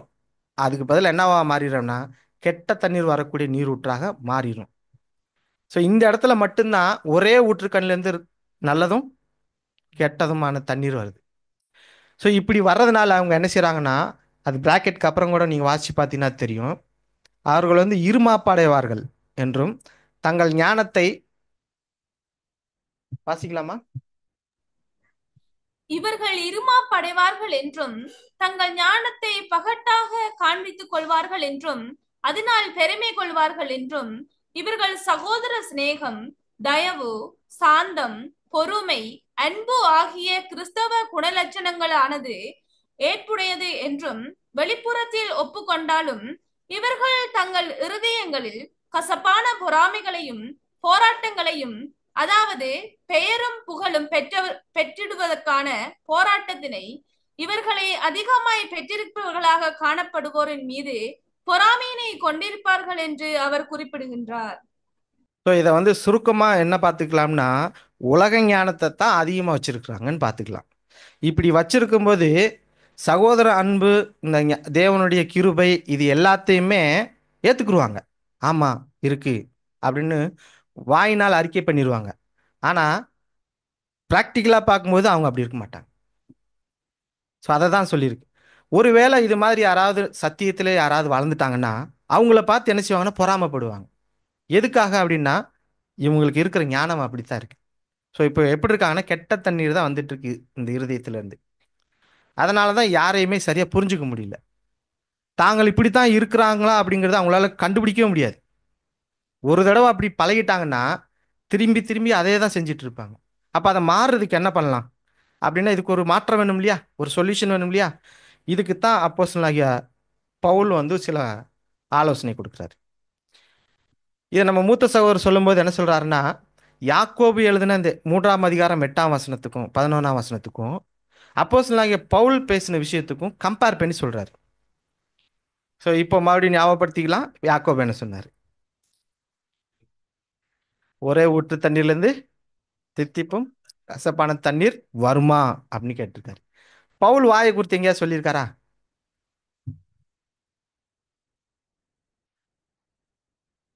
நம்முடைய வார்த்தைகள் எப்படி இருக்கணுமா? கிருபை பொருந்தின வார்த்தைகளாக இருக்கணும். அதே மாதிரி பழைய ஏற்பாடு காலத்தில் பார்த்தோம்னா நிறைய விஷயங்கள் நம்முடைய நாவு பற்றி சொல்லியிருக்கு. கேடுள்ளது, திருக்குள்ளது, இப்படியெல்லாம் நிறைய வசனங்கள் எல்லாம் இருக்குது. அப்படின்னா இந்த இடத்துல பவுலை சொல்லும்போது மட்டும் 13ஆம் அதிகாரத்தை கோட் பண்ணியிருக்காரு. 13ஆம் அதிகாரத்தில் எங்கேயாவது நாக்கை பற்றி சொல்லியிருக்கா, வாயை பற்றி சொல்லியிருக்கா அப்படின்னா இல்லை. அந்த இடத்துல சொன்ன விஷயமே வரங்கள், அன்பு, அன்பை பற்றி தான் அந்த சொல்லியிருக்க அந்த பாடம். இப்போ அன்பை பற்றி இங்கே சொல்லுது, யாக்கோபு வாயை பற்றி சொல்கிறாரு. ஸோ அன்புக்கும் வாய்க்கும் என்ன சம்மந்தம் இருக்குன்னு புரியல. இதை வந்து ஒரு 2-3 மணி நேரம் நான் தியானிச்சதுக்கு அப்புறம் தான் நானே இதை கண்டுபிடிச்சிருக்கேன். சரி, நம்முடைய மூத்த சகோதரர் எந்த கோணத்தில் சொல்லியிருக்காரு அப்படிங்கிறத கொஞ்சம் அலசி ஆராய்ஞ்சு பார்த்தோம்னா நமக்கு புரிய வருது. ஸோ அப்போ சில பவுல் வந்து சில ஆலோசனைகள் கொடுக்குறாரு. ஒரு ஆலோசனை ஒருத்தர் கொடுக்கணும்னு வச்சுக்கோங்க, அந்த ஆலோசனையில் அவர் தேர்ந்தவர்னா இருக்கணும். அப்படின்னா அதுக்கு முன்னாடி என்ன செஞ்சிருக்காருன்னா தேரல. ஸோ முதல்ல சவுலா இருக்கும்போது அவர் வாயிலேருந்து என்னதான் வந்துச்சான்? கெட்ட தண்ணீர் மாதிரி ஒரு ஊற்று வந்துச்சான். அந்த ஊற்றுக்கு அளவே இல்லை, அந்த அளவுக்கு வந்துச்சு. நியாயப்பிரமாணத்தின் சட்டத்திட்டங்கள் எல்லாம் அதை சொல்லணும்னா ராயன்ட்ட போய் அதிகாரம் வாங்கிட்டு வந்துடுவார். யாரை துன்புறுத்த? சபையை துன்புறுத்துறது. அவ்வளோ பவர்ஃபுல்லாக வேலை செஞ்சிருக்காரு. அவருக்கு ஒரு வைராகியம் இருந்திருக்குது. இதுவும் ஊற்று தண்ணி தான். ஆனால் என்ன மாதிரி ஊற்று தண்ணி? கசப்பான ஊற்று தண்ணீர். இந்த மாதிரியான செயல்பாடுகள் எல்லாம் அப்போஸ்தலனாகிய பவுல் வந்து சவுலா இருக்கும்போது செஞ்சிருக்கிறார். சபையை துன்பப்படுத்தி இருக்கிறாரு. அதை இயேசு கிறிஸ்துவே என்னை ஏன் துன்பப்படுத்துறேன்னு கேட்குற அளவுக்கு ஆயிடுச்சு. இப்போ இதுக்கப்புறம் சவுலா இருந்தவர் பவுலா மாறினதுக்கு அப்புறம், அதாவது கெட்ட தண்ணீரா இருந்த ஒரு நீரூற்று இப்போ என்னவா மாறிடுச்சு? நல்ல தண்ணீரா மாறிடுச்சு. நல்ல தண்ணீரா மாறினதுக்கு அப்புறம் இப்போ சபைக்கு வந்து என்ன சொல்வாரு? அதுதான் 1 கொரிந்தியர் 13ஆம் அதிகாரம். அதுக்கு முன்னாடி என்ன சொல்லிட்டு இருந்தாரு? அன்பு கூறுங்கள் சொன்னாரு. வந்த உடனே சபையை பிடிச்சி என்ன செஞ்சாரு? துன்பப்படுத்தினார். துன்பப்படுத்தினார் அப்படின்னு சொன்ன விஷயத்த நம்ம என்ன நினைப்போம் தெரியுமா? ஒரு சகோதரன் என் மனசை காயப்படுத்திட்டார், துன்பப்படுத்திட்டார்னா எவ்வளோ வேதனைப்படுறோம், எவ்வளோ கஷ்டப்படுறோம். ஆனா ஒரு சபையவே துன்பப்படுத்தினான்னு சொன்னா அதுக்குள்ள என்னென்னலாம் அடங்கியிருக்கும். இந்த மாதிரியான கூடி வந்து ஆராதிக்க முடியாது. அந்த அளவுக்கு கொடுமைப்படுத்தி இருக்கிறார். ஆனா பின்னாட்களில் வந்து அது மாறிடுச்சு. இப்போ சபைக்கு என்ன தேவை அப்படிங்கிறத வந்து வழங்குறாரு. என்ன வழங்குறாருன்னா அன்பு தான் மேட்டர். ஸோ சபைக்கு அன்பு தான் வேணும். அன்பு கூறணும்னா அவர் அந்த அந்த பதி 1 கொரிந்தியர் 13 அதிகாரத்தை ஃபுல்லாக நீங்கள் வாசிச்சீங்கன்னா தெரியும். அவருக்கு எல்லாமே தெரியும். சகல ஞானமும் இருக்கு. நிறைய மொழி பேசுவார். சில டெக்னிக்காலாம் பதில் கொடுப்பாரு. ஒரு ராயனை கன்வென்ஸ், அதாவது அவருடைய மனதை மாற்ற முடியுமா? நீங்கள் போய் ஒரு போலீஸ்கார்ட்ட போயிட்டு, ஒரு போலீஸ் ஸ்டேஷனில் ஒரு ஹையர் ஸ்டாஃப், எஸ்பி, டிஎஸ்பி, உங்களை யாராவது நீங்கள் பண்ண முடியுமா? ஒரு பர்மிஷன் வாங்கிட முடியுமா? ஆனால் அப்போஸ்தலன் பவுல் வந்து அந்த அளவுக்கு ஃபோர்ஸாக செயல்பட்டிருக்காரு. ஸோ அந்த ஞானம் தான் பின்னாடி என்ன ஆயிடுச்சுன்னா அன்பு கூற வேண்டிய சூழ்நிலைக்கு தள்ளப்பட்டார்.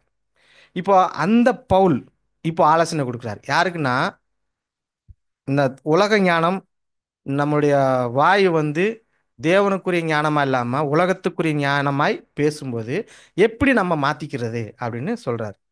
இப்போ அதை எப்படி சொல்றாருன்னா, ஃபர்ஸ்ட் நம்ம என்ன நினைப்போமா, பெருமையும் அல்லது மகிமையான காரியங்களை வந்து நம்ம யோசிப்போம். ஆனால் அதனுடைய ரிசல்ட் என்னன்னு பார்த்தீங்கன்னா, முடிவு பார்த்தீங்கன்னா ஒன்றுமே இருக்காது. சபையில் நான் இப்படித்தான் இருக்கணும், அப்படித்தான் இருக்கணும், எது செய்யணும், அது எல்லாமே கரெக்டு. ஆனால் அந்த முடிவு என்ன? என்ன எதிர்பார்க்குறீங்க அப்படின்னு கேட்டால் ஒன்றுமே இல்லை பிரதர். ஸோ அட்லீஸ்ட் நான் சபையாக போகணும், அதுக்காக தான் நான் செயல்படுறேன் அப்படின்னு கூட சொல்ல மாட்டாங்க. ஸோ என்ன நோக்கத்துக்காக நம்ம செயல்படுறோம்னு தெரியாமலே நம்ம உட்காந்துக்கிட்டு நம்ம பேசி செயல்பட்டுட்டு இருந்தோம்னா பிரயோஜனம் இருக்காது. அதே போல் தீமையான எண்ணங்கள் நமக்குள்ளே இருந்துச்சுன்னா நம்ம என்ன சொல்லுமா, கண்டிப்பாக இப்படி ஒரு நிலைமையில இருக்கிற நாம கிறிஸ்தவ ஜீவித்துக்குரியவனே அல்ல அப்படிங்கிறத நம்ம என்ன செய்யணும்? ஒத்துக்கணும். ஒத்துக்கிட்டா தான் நம்ம வந்து மாற முடியுமே தவிர, நான் ஒத்துக்கிறாம ஆமா பிரதர் அப்படிதான் இருப்பேன், ஆனால் வந்து செயல்பாடு வேற மாதிரி இருக்கும், அப்படி இருக்கக்கூடாது. ஸோ நமக்குள்ள குறைபாடு இருக்கும்போது நம்ம ஒத்துக்கிறதுல என்ன தப்பு இருக்கு? தப்பே இல்லை. நான் தப்பு பண்ணேன், தப்புன்னு ஒத்துக்கிட்டேன்.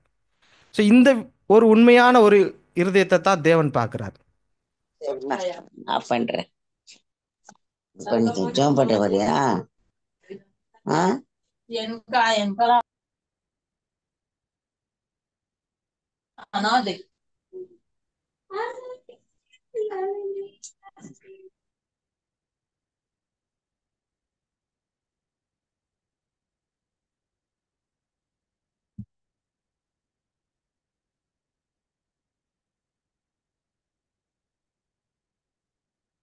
அப்படின்னு நம்ம தவறு செய்யும்போது நம்மளை நாம ஒத்துக்கொள்ளக்கூடியவர்களாக இருக்கணும். சத்தியத்துக்கு விரோதமாக பேசும்போது நம்ம அதை வந்து நிறுத்தி கொள்ளணும். சத்தியத்துக்கு விரோதமாக பேசுறதுனா நம்ம வந்து தெரிஞ்சு பேச மாட்டோம். ஒருவேளை நமக்கு தெரிய வந்துச்சுன்னா அதை நம்ம நிறுத்தி கொள்ளணும். தங்களை தேவனுடைய பரிசுத்தவான்கள் என்று தொடர்ந்து சொல்லிட்டே இருப்பாங்க. ஒரு தடவை சொன்னால் போதும், நீங்கள் இந்த சபையார் தானே, அதுக்காக நாங்கள் தான் BS Bible student, Bible student அப்படி இப்படியே சொல்லி சொல்லி சொல்லி அடிக்கடி சொல்ல வேண்டிய அவசியமே இல்லை. நீங்கள் ஒரு தடவை சொன்னாலே போதும். ஆனால் இது தன்னைத்தானே சொல்லி சொல்லி சொல்லி என்ன செஞ்சிருவாங்கன்னா மேன்மைப்படுத்திடுவாங்க. தன்னை அறியாமலே என்ன ஆயிரும்னா ஒரு மோசமான நிலைமைக்கு கொண்டு போயிடும். இப்படி சொல்கிறத வந்து நிறுத்தணும். சில பேர் என்ன சொல்லுவாங்கன்னா, இந்த சகோதரன் யாரால் வந்தாங்கன்னு தெரியுமா? என்னால் தான் வந்தாங்க. அது சாட்சியாவோ அல்லது ஒரு சகோதரனுக்கு பிரயோஜனம் உண்டாகும்படி சொல்லலாம். ஆனால் அடிக்கடி சொன்னோம்னா அது விபரீதத்தில் போய் முடிஞ்சிடும். ஆனால் அந்த மாதிரி இருக்கக்கூடாது. இது எதனால் வருது அப்படின்னா, தேவனுடைய ஞானத்தை சரியாக புரிஞ்சுக்கிறாம உலக ஞானத்திலே இருக்கிறதுனால தான் அப்படி இருக்கு. ஸோ இதை ஞானத்தை குறித்து சொல்லும்போது யாக்கோபு 3 அதிகாரம் 15 நம்ம பார்க்கலாம், வாசிக்கலாம். இப்படிப்பட்ட ஞானம் பரத்திலிருந்து இறங்கி வருகிற ஞானமாய் இராமல் லௌகீக சம்பந்தமானதும் ஜென்ம சுபாவத்துக்குரியதும் பேத்தனத்துக்கும் எடுத்ததுமாய் இருக்கிறது. அடுத்து வைராக்கியம் விரோதமும் எங்கே உண்டோ அங்கே கலகமும் சகல துர்செய்கைகளும் உண்டு. பரத்தில் இருந்து வருகிற ஞானமோ முதலாவது சுத்தம் உள்ளதாயும், பின்பு சமாதானமும் சாந்தமும் இணக்கம் உள்ளதாயும், இரக்கத்தாலும் நற்கனிகளாலும் நிறைந்ததாயும், பட்சபாதம் இல்லாததாயும், மாயமற்றதுமாய் இருக்கிறது. இந்த இடத்துல 2 வகையான ஞானத்தை குறித்து சொல்லிட்டாரா? இதே அதிகாரத்துல தான் நம்ம இந்த பாடத்தை பார்த்துட்டு இருக்கோம். கவனிச்சிங்களா? ஸோ அப்போ என்ன சொல்ல வருதுன்னா, நமக்கு இருக்கக்கூடிய ஞானத்தை வந்து நம்மளையே டெஸ்ட் பண்ண சொல்றாரு. எந்த ஞானம் அதிகமா இருக்கு? ஒருவேளை உலகத்துக்குரிய ஞானமா இருந்துச்சுன்னா எப்படி இருக்கும்? அது ஜென்ம சுபாவத்துக்குரியதா இருக்கும். நம்ம கிட்ட இருக்க வேண்டிய ஞானம் என்னன்னா, பரத்திலிருந்து வரக்கூடிய ஞானமாக இருக்கணும் அப்படிங்கிறது தான் இந்த பாடம். ஆனா அப்போஸ்தலனாகிய பவுல் வந்து இந்த விஷயத்தை ஆரம்பத்துல சொல்லும்போது எப்படி சொல்லிட்டாரு? அது ஒரு நல்ல தண்ணி கொடுக்குற மாதிரியே இல்லை. யாருக்கு? சபைக்கு. ஆனா சவுலா மாறினதுக்கு அப்புறம் தான் என்ன ஒரு விஷயத்தை செய்ய ஆரம்பிச்சிருக்காரு? சபைக்கு எதுதான் தேவை அப்படிங்கிறத கரெக்டா புரிஞ்சிட்டாரு. அதனாலதான் தைரியமா சொல்லியிருக்கிறாரு, சபைக்கு அன்பு தான் தேவைன்னு சொல்லி. இந்த ஒரு விஷயத்த வந்து இயேசு கிறிஸ்துக்கு அப்புறம் முதல்ல சொன்னது யாருன்னா நம்முடைய அப்போஸ்தலனாகிய பவுல். ஸோ இந்த அன்பு தான் பிரதானம் அப்படின்னு சொல்லி சொல்லும்போது அவருடைய சூழ்நிலை வேற, ஆனா அவர் சொன்ன விஷயம் வேற. இப்போ வந்து துன்பப்படுத்திட்டே வந்து அதே ஜனங்கள் மத்தியில் வந்து பேசுறாரு, நீங்கள் ஒருவரில் ஒருவர் அன்பாருங்க, நான் அப்படிதான் இருக்கிறேன் இப்போ அப்படின்னு சொல்லி சொன்னா நம்புவாரா? நம்புவாங்களா அந்த ஜனங்கள்? ஏற்கனவே துன்பப்படுத்திட்டு தான் வந்துட்டு இருக்கிறாரு. இப்போ சபைக்கு என்ன தேவை? அன்பு தான் தேவைன்னு சொல்றாரு. ஏத்துக்குருவாங்களா? கஷ்டம். அப்படிப்பட்ட சூழ்நிலையில தான் இந்த ஒரு விஷயத்த சொல்லியிருக்காரு. நாம என்ன சொல்லுவோம்? எல்லா சாதகமும் கூடி இருக்கும்போது, பிரதர் அன்பாருங்க பிரதர் அப்படின்னு சொல்லுவோம். இது சாதகமற்ற சூழ்நிலையில தான் இந்த வார்த்தையை பயன்படுத்தினார். ஸோ இதே மாதிரி தான் ஒரு நீரூற்று வந்து எல்லா இடத்துல சாதகமாக இருக்கக்கூடிய இடத்துல தான் நீரூற்று வருமா? ஒரு உதாரணத்துக்கு நீங்கள் யோசிச்சு பாருங்க. நீங்கள் ஊரெல்லாம் தேடுங்க, நீரூற்றை கண்டுபிடிக்க முடியுமா? கண்டுபிடிச்சு பார்த்துட்டீங்கன்னா அது பெரிய விஷயம். அப்படி கண்டுபிடிச்சிட்டிங்கன்னா அதை நீங்கள் குடிச்சிடலாம், அந்த தண்ணீரை பகிரலாம், அது எப்படி இருக்குது டேஸ்ட் இருக்குன்னு சொல்லிடலாம். நீரூற்றை கண்டுபிடிக்கிறதே அவ்வளோ கஷ்டம். ஒரு காலத்தில் எப்படி இருந்துச்சுன்னா மலை அடிவாரத்தில் நீரூற்று இருக்கும். அப்புறம் என்னாச்சு? ஏதோ ஒரு இடத்துல இருந்துச்சு. அதுக்கப்புறம் தரையில எல்லாம் வரல, தரைக்கு அடியில் போயிடுச்சு. இப்போ போர் போட்டு கிணறு தோண்டி இப்படித்தான் அந்த தண்ணி எடுத்துட்டு இருக்கோம். ஸோ இப்போ நீரூற்றுங்கிறது எங்கே இருக்குன்னே பார்க்க முடியல. இப்போ வேற எங்கேயும் இல்லை, இங்கே தான் இருக்கு, நம்ம கிட்ட தான் இருக்கு நீரூற்று. ஸோ இப்படிப்பட்ட நீரூற்றா நம்ம மாறணும் அப்படின்னா என்ன செய்யணும்னு தான் நம்ம பார்த்துட்டு இருக்கோம். ஒருவேளை நம்ம வந்து கெட்ட தண்ணீராக இருக்கிறோம்னு வச்சுக்கோங்க, அந்த மாதிரி ஒரு நீரூற்றா இருக்கிறோம்னு வச்சுக்கோங்க, அதுக்கு தான் ஆலோசனை கொடுக்குறார். வாசிக்கலாம். அப்போஸ்தலனுடைய கண்டனம், இதை வந்து கண்டிச்சு சொல்றாரு. ஒருத்தர் கண்டிக்கணும்னா கண்டிப்பா அவர் தேர்ந்தவனா இருக்கணும். ரெண்டாவது அந்த கண்டனம் கொடுக்கக்கூடிய ஸ்தானத்துல இருக்கணும். இப்ப அந்த ஸ்தானத்துல இருந்து தான் இந்த அறிவுரை சொல்றாரு. வாசிக்கலாம். அப்போஸ்தலனுடைய கண்டனம். அப்போஸ்தலனுடைய கண்டனமானது உத்தம இஸ்ரவேலரான தன்னை அறிக்கை பண்ணி கொள்ளும் யாருக்கும் பொருந்துகிறதாய் இருப்பினும், அவர் விசேஷமாக சபையில் போதகர்களாக போதுமான ஞானம் இருப்பதாக அறிக்கை பண்ணுகிறவர்களுக்கு தனது வார்த்தைகளை குறிப்பாய் பேசுகிறார். இவரது வார்த்தைகளானது சபைக்கு பகிர்ந்து கொள்ளப்பட்டதான பல்வேறு வரங்களை குறித்து பேசுகையில் அதிகமான அறிவுக்குடையவர்களுக்குரிய அபாயங்களை சுட்டிக்காட்டும் அப்போஸ்தலனாகிய பவுலின் வார்த்தைகளையும் நமக்கு நினைப்பூட்டுகின்றதாய் இருக்கிறது. மற்றும் யாக்கோபு அடிகளார் முன்வைத்ததான இந்த கொள்கையை சித்தரிக்கும் வண்ணமாக பவுலடியார் கூறுகிறதாவது, அதாவது நாம இப்ப படிச்சுட்டு இருக்கிற இந்த வசனம் யாக்கோபுல இருந்து பார்க்குறோம்.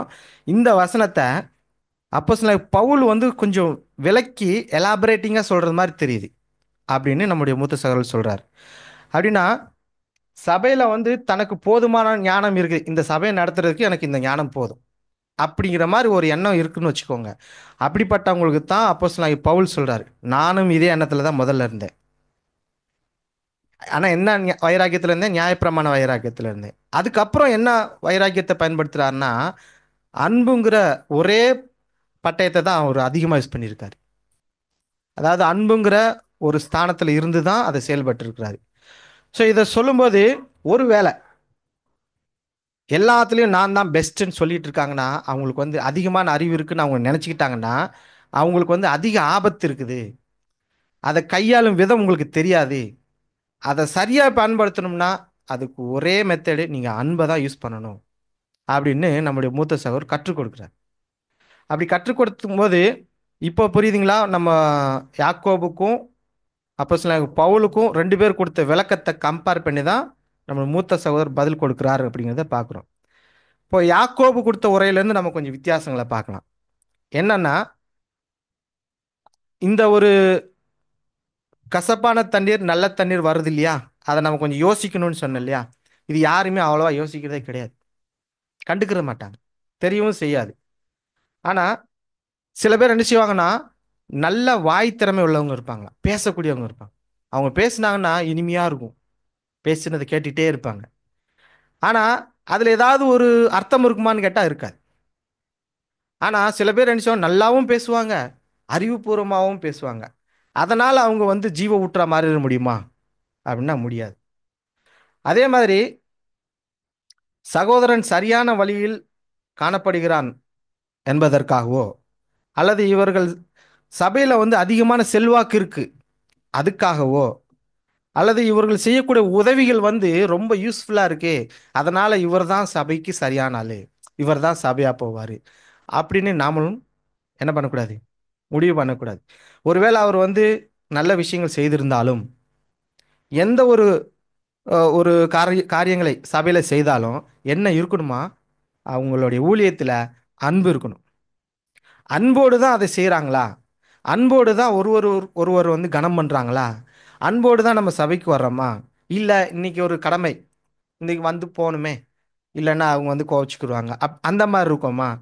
ஸோ அதை நம்ம வந்து சிந்திச்சு பார்க்கணும். நீங்கள் ஆரம்பிக்கிறதே அன்பில் ஆரம்பிச்சிங்கன்னு வச்சுக்கோங்க, முடிக்கும் போது சூப்பராக இருக்கும். அப்படி தான் அப்போஸ்தலனாகிய பவுல் ஸ்டார்ட் பண்ணார்.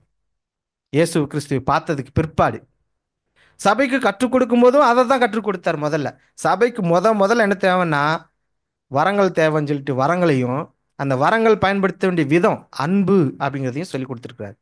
அதை தான் நம்ம 1 கொரிந்தியர் 13ஆம் அதிகாரத்தில் நம்ம பார்க்குறோம். ஸோ எதை செய்தாலும் எப்படி செய்யணுமா, அன்போடு தான் செய்யணுமா.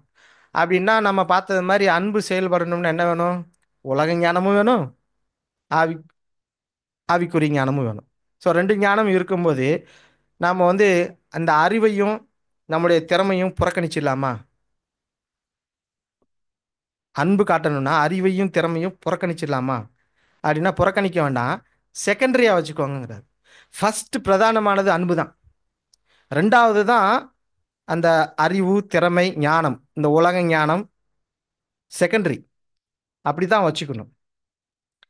ஸோ முழுமையாக ஆவிக்குரிய வாழ்க்கையில் செயல்படுறாங்க இல்லையா, அவங்களோடு நம்ம என்ன செய்யணுமா, ஐக்கியம் கொள்ளணுமா. ஸோ இந்த ஞானம் எப்படி தான் வருதுன்னா, நம்ம வந்து ஒரு நல்ல தண்ணியாக மாறுறதுக்கு, ஜீவ ஊற்றா மாறுறதுக்கு இந்த மாதிரியான வார்த்தைகள் நம்ம கேட்கும்போது தான் யார் சத்தியத்தில் சரியாக நடத்துகிறாங்களோ அவங்ககிட்ட போய் அண்டிக்கணும். அப்படி நடத்தும் போது தான் நம்ம இயேசு கிறிஸ்து நேரடியாக நம்மளை வழி நடத்திடுவாரா? சபையே இல்லாமல், சகோதரனே இல்லாமல், அன்பே காட்டாமல் நாங்கள் வந்து சபையாயிருன்னு சொல்ல முடியுமா? ஆனால் முடியாது. ஸோ சத்தியத்தில் நடத்துகிறவர்களை நோக்கி நம்ம பயணிக்க வேண்டியதாக இருக்குது. இப்போ நம்ம பிரதானமாக யாரோடைய சத்தியத்தின் கீழே நடக்கிறோம்? மூத்த சகோதரர் ஏழாம் கால சபையின் தூதனுடைய வார்த்தையின்படி நம்ம நடக்கிறோம், அவருடைய ஆலோசனையின்படி தான் நம்ம இப்போ நடந்துட்டு இருக்கோம். சபையின் ஊழியர்கள் எல்லாரிடமும் அன்பு காட்ட வேண்டும் என்பதை பிரதான கட்டளையாக வச்சு நம்ம இதை செயல்படணும். ஒருவேளை பொய்யான குணலட்சணங்கள் இருக்கு, அதாவது மாயமாலமான ஒரு கேரக்டர் நம்மகிட்ட இருக்குன்னு வச்சுக்கோங்க. அப்படி இருந்துச்சுன்னா நம்ம என்ன செய்வோம், நமக்குள்ளே இருக்கிற சின்ன பொறாமை தான் வரும். அந்த பொறாமைனால என்ன செய்வோமா, சுதந்திரத்தை இருமாப்பாய் ஆளுவோமா. இது எதனாலனா ஒரு சில சின்ன சின்ன கசப்புனால. என்ன கசப்பு வரும்னா, சத்தியத்தில் ஒரு வெறுப்பு வரும். இந்த சத்தியமா, இது இவர் சொன்னா அப்படி சரியில்லையே. இப்போ சத்தியத்தை விட்டுட்டு சில பேர் சகோதரனை பிடிச்சிக்கிடுவாங்க, சில பேர் சகோதரனை விட்டுட்டு சத்தியத்தை பிடிச்சிக்கிடுவாங்க. இ- என்ன காரணம்னா அவங்களுக்கு ஒரு சின்ன கசப்பு, அதை வந்து கிரகிக்கக்கூடிய மனப்பான்மை இல்லை. திருத்தம் எடுக்கும்போது யாருக்காவது ஒரு கோவம் வந்துச்சா? சில சமயங்கள்ல வரும், இவர் என்ன இப்படி சொல்றாரு அப்படிங்கிற மாதிரி கூட வரும். ஆனால் அது சின்ன சின்ன கசப்பு தான். ஆனால் அது விளக்குனதுக்கு அப்புறம் என்ன செஞ்சிருச்சுன்னா அந்த கசப்பு இருக்காது. ஸோ இதை நம்ம என்ன செஞ்சிட்டோம்னா உலக ஞானமா அல்லது தேவனுடைய ஞானமான்னு வச்சு ரெண்டு கம்பேர் பண்ணி இந்த விஷயங்களை நம்ம புரிஞ்சுக்கிட்டோம். அதே போல தான் இப்பவும் நம்ம அந்த காரியங்களை மையமாக வச்சு நம்ம புரிஞ்சுக்கிட்டோம்னா நமக்கு ஏற்படக்கூடிய இந்த சின்ன சின்ன கசப்பெல்லாம் நம்ம பெருசாகவே தோணாது. அதை நம்ம மறந்துடுவோம். இல்லை இன்னமும் அந்த கசப்போடு தான் நம்ம செயல்பட்டோம்னா நமக்குள்ள இருக்கிறது என்னது? உலக ஞானம், அதாவது லௌகீகமான ஞானம், ஜென்ம சுபாவத்துக்குரியதான் போயிடும். ஸோ நம்ம அந்த மாதிரி இருக்கக்கூடாது அப்படின்னு சொல்றாரு. இப்போ நம்ம ரெண்டு வசனத்தோட வாசிச்சு நம்ம முடிக்க போறோம். இதே விஷயத்த நம்முடைய ஆண்டவராக இயேசு கிறிஸ்து பேசியிருக்கிறார். முதல்ல யாக்கோபு பேசியிருக்கிறாரு, ஜீவ ஊற்றாய் மாறணும். அந்த ஊற்றுங்கிறது எதுனா நம்முடைய வாயின்னு சொல்லியிருக்காரு. இது அப்போஸ்தலனாகிய பவுலும் கூட சொல்லியிருக்கிறாரு. இப்போ யார் சொல்றாங்கன்னா நம்முடைய ஆண்டவராகிய இயேசு கிறிஸ்து கூட சொல்றாரு. வாசிக்கலாம், மத்த 7ஆம் அதிகாரம் 16 முதல். அவர்களுடைய கனிகளினாலே அவர்களை அறிவீர்கள். இப்போ இந்த இடத்துல முட்செடிகள் அவர்களுடைய கனிகளாலே அவர்கள் அறிவீர்கள்னு சொல்லும்போது யாரு எப்படி பேசிட்டு இருக்காங்க அப்படின்னு சொல்லி ஒவ்வொருத்தரையும் கவனிச்சுட்டே இருப்போமா. எப்போ தப்பா பேசிடுவாங்க, எப்போ சத்தியத்தை மாற்றி சொல்லுவாங்க அப்படின்னு அந்த சகோதரரை பற்றி ஒரு குற்ற உணர்வோடு பார்க்கலாமா அப்படின்னா அப்படி பார்க்க சொல்ல. நீங்கள் ரொட்டீனாக உங்கள் லைஃப்பில் இயல்பான வாழ்க்கையில் தேவனுடைய திட்டத்தின்படி உங்களுடைய அன்பை காட்டுங்க, அதன்படி கிரியை செய்யுங்க. அப்படி செய்யும்போது ஒரு மனுஷர் வந்து பேசுகிறாங்கன்னா அவங்களுடைய பேச்சிலே கண்டுபிடிச்சிடலாம். அதை தான் நம்முடைய ஆண்டவராக இயேசு கிறிஸ்து சொல்கிறார், அவர்களுடைய கனிகளாலே அவர்களை அறிவீர்கள் அப்படின்னா அதை தான் இங்கே பார்க்குறோம். வாசிக்கலாம் 17ஆம் வசனம். முட்செடிகளில் திராட்சை பழங்களையும் முட்பூண்டுகளில் அத்தி பழங்களையும் பறிக்கிறார்களா? இதே அப்படி விஷயத்தை யார் சொன்னது? முட்செடி அத்தி மரம், இதை யார் சொன்னது? யாக்கோபு சொல்லியிருக்காரு. ஸோ ரெண்டு மேட்ச் ஆகுதா அப்படின்னா ரெண்டும் கிட்டத்தட்ட எதை தான் சொல்ல வருது? நம்முடைய வாயின் வார்த்தைகளை தான் சொல்ல வருது. ஸோ இப்போ வாசிக்கலாம் 17ஆம் வசனம். அப்படியே நல்ல மரம் எல்லாம் நல்ல கனிகளை கொடுக்கும், கெட்ட மரமோ கெட்ட கனிகளை கொடுக்கும்.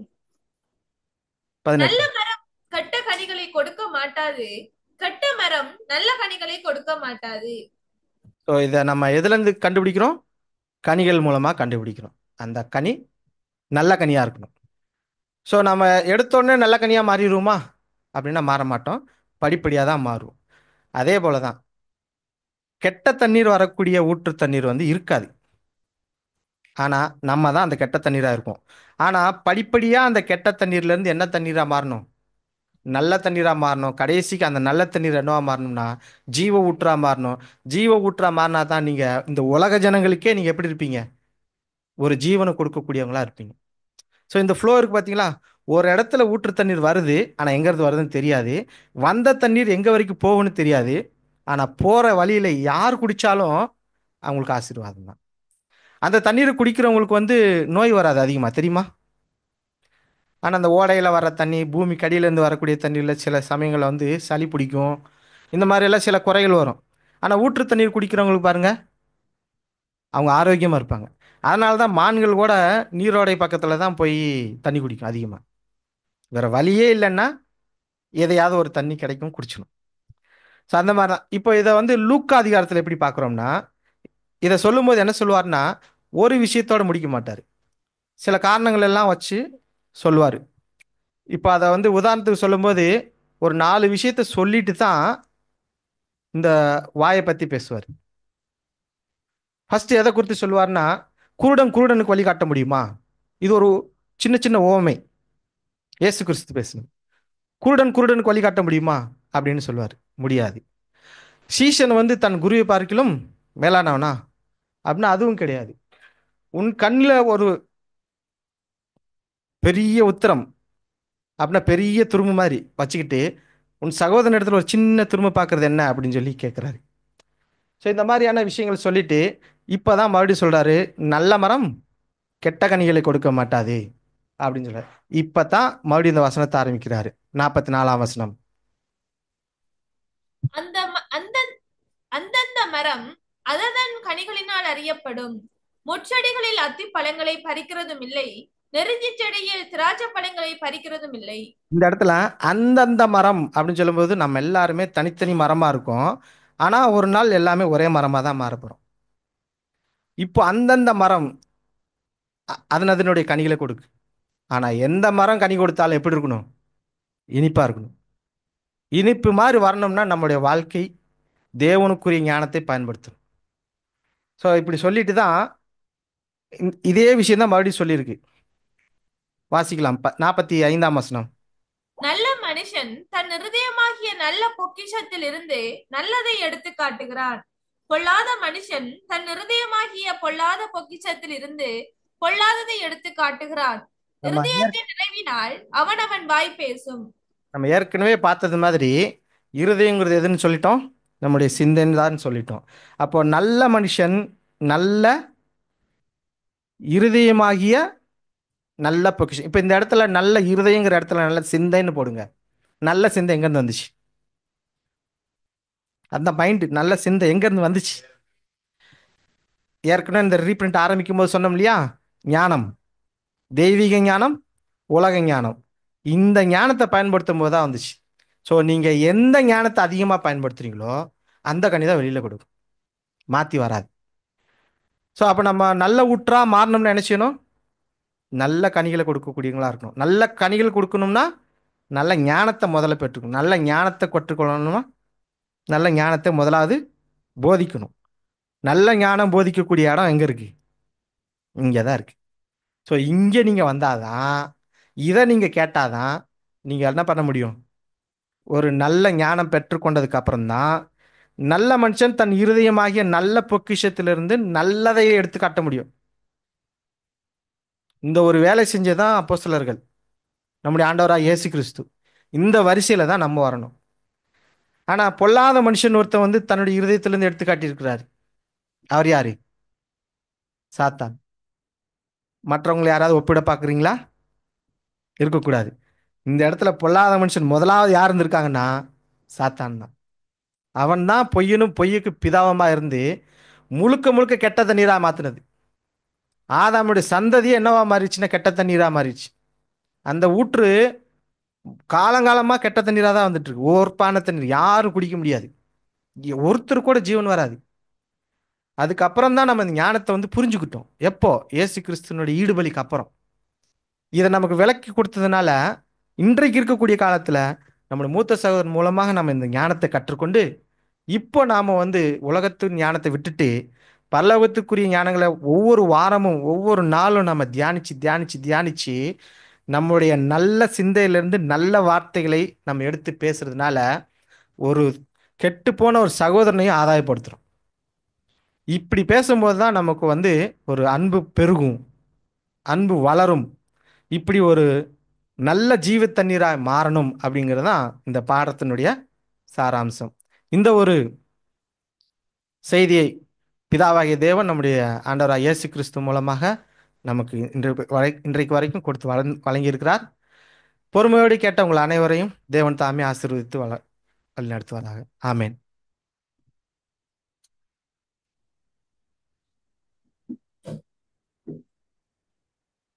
நீரூற்று என்ற தலைப்பில் நமக்கு அருமையான ஒரு பாடத்தை தொகுத்து வழங்கிய சகோதரருக்கு நன்றியை தெரிவித்துக் கொண்டு, அடுத்தபடியாக இந்த கூடுகைக்கு முடிவு ஜெபத்தை சகோதரர் அருண் அவர்கள் ஜெபிக்கும்படியாக கேட்டுக்கொள்கிறோம்.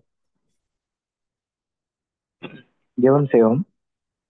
வழியும் சத்தியமும் ஜீவனுமாய் இருக்கிற எங்கள் அன்பான பிதாவே, இந்த ராத்திரி பொழுதிலும் கூட உமது கிருபை எங்களோடு கூட இருந்து உமது தேவ அடியார் மீது நீர் ஆண்டவரே இந்த வசனத்தை நீர் ஊற்றிருக்கிறதுக்காக நன்றி செலுத்துகிறோம். தகப்பனே, இந்த வார்த்தைகள் ஒவ்வொன்றும் ரத்தினைகளாக எங்களுக்குள்ளே பலன் கொடுக்கத்தக்கதாக மாற வேண்டும். சத்தியத்தை அறிவீர்கள், சத்தியம் உங்களை விடுதலையாக்கும் என்று சொன்ன வார்த்தையின் பிரகாரம் உமது வார்த்தைகள் ஒன்றும் வீணாகி போக விடாதபடிக்கு உமது கிருபையினாலே எங்களுக்குள்ளே நெண்மணிகளாக மலர்ந்து நீ கிருபையினாலே வழிநடத்தும்படியாக செபிக்கிறேன். தகப்பனே, குதிரை யுத்த நாளுக்காய் ஆயத்தமாக்கப்படும், ஜெயமோ கத்தரால் வரும் என்று சொன்ன வார்த்தையின் பிரகாரம் நாங்கள் ஜெயம் எடுக்கிற பிள்ளைகளாக இந்த வார்த்தைகளை ஏந்தி கொண்டவர்களாக நாங்கள் உமது போராட்டத்துக்கு நாங்கள் தயாராக இருக்கிறதுக்கு நீர் எங்களுக்கு கிடைத்த இந்த சிலாக்கியமான இந்த பொன்னான நேரத்துக்காக உமக்கு நன்றி செலுத்தி உமது மகனாகிய இயேசு கிறிஸ்துவின் நாமத்தினாலே ஜெபங்களை ஏறெடுக்கிறேன் நல்ல பிதாவே. ஆமென்.